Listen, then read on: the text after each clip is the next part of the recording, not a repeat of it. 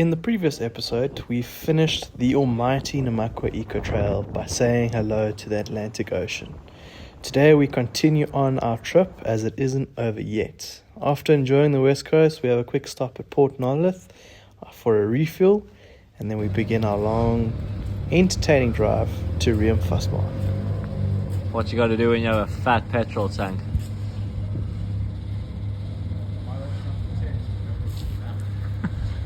Thomas, how do you feel about holding us all up?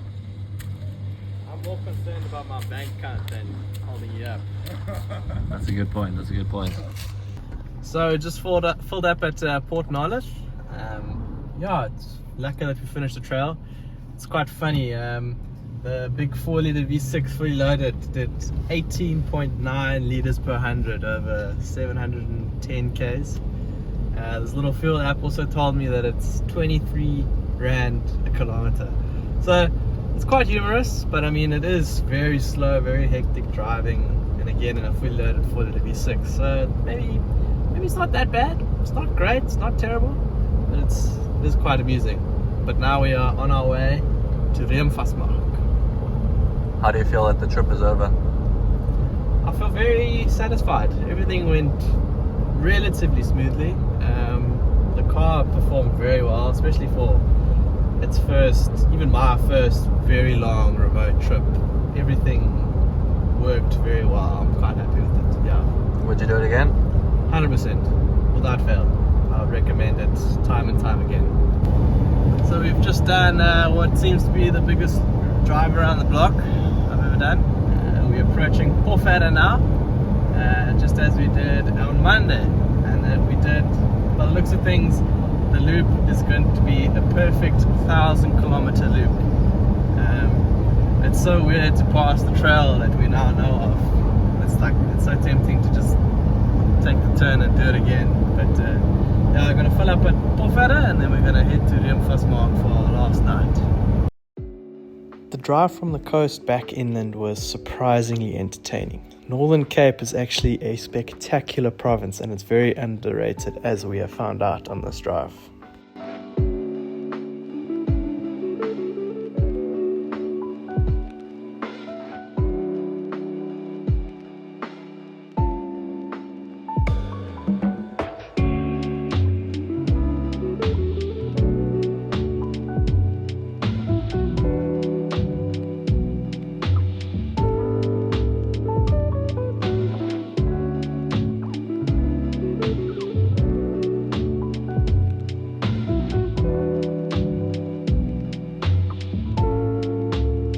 We hit dirt roads again and continued closer to our night's camp. These gravel roads in the Northern Cape are filled with washouts from the unusually high rainfall from this season, which has made the drive very interesting.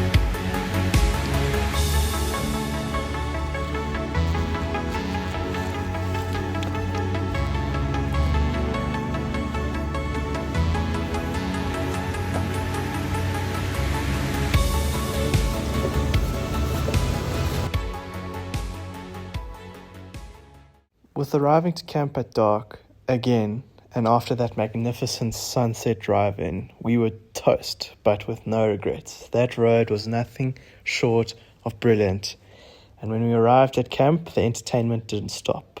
With what felt like millions of moths taking over and the flash floods in the Molopo River Bed from the thunderstorms that just happened, we were on our toes the whole time. But scary as it was, we were fine. The river did it literally every night from what the locals had told us. But it's natural.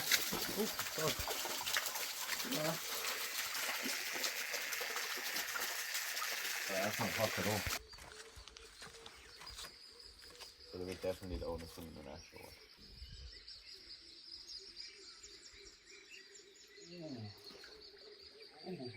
Oh, that is fucking hot.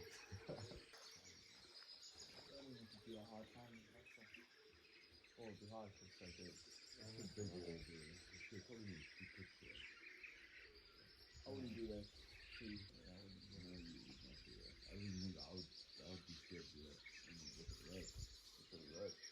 We made sure to enjoy the hot springs that Riemvasmaak was famous for as our wake-up ritual. And we packed up early again, as it was our final day going home.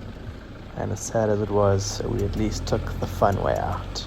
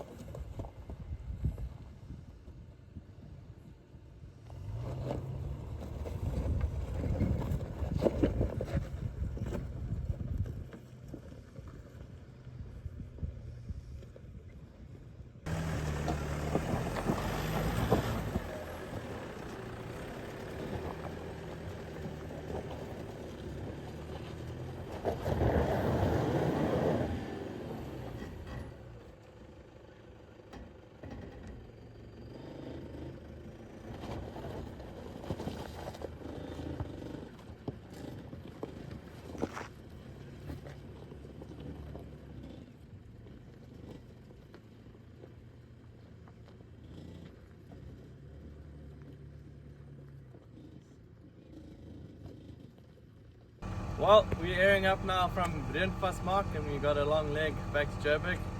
So this officially calls the end of the trip. I hope you enjoyed the videos I've been making of what we've experienced, or our experience on the Eco Trail and all the extra bonus stuff.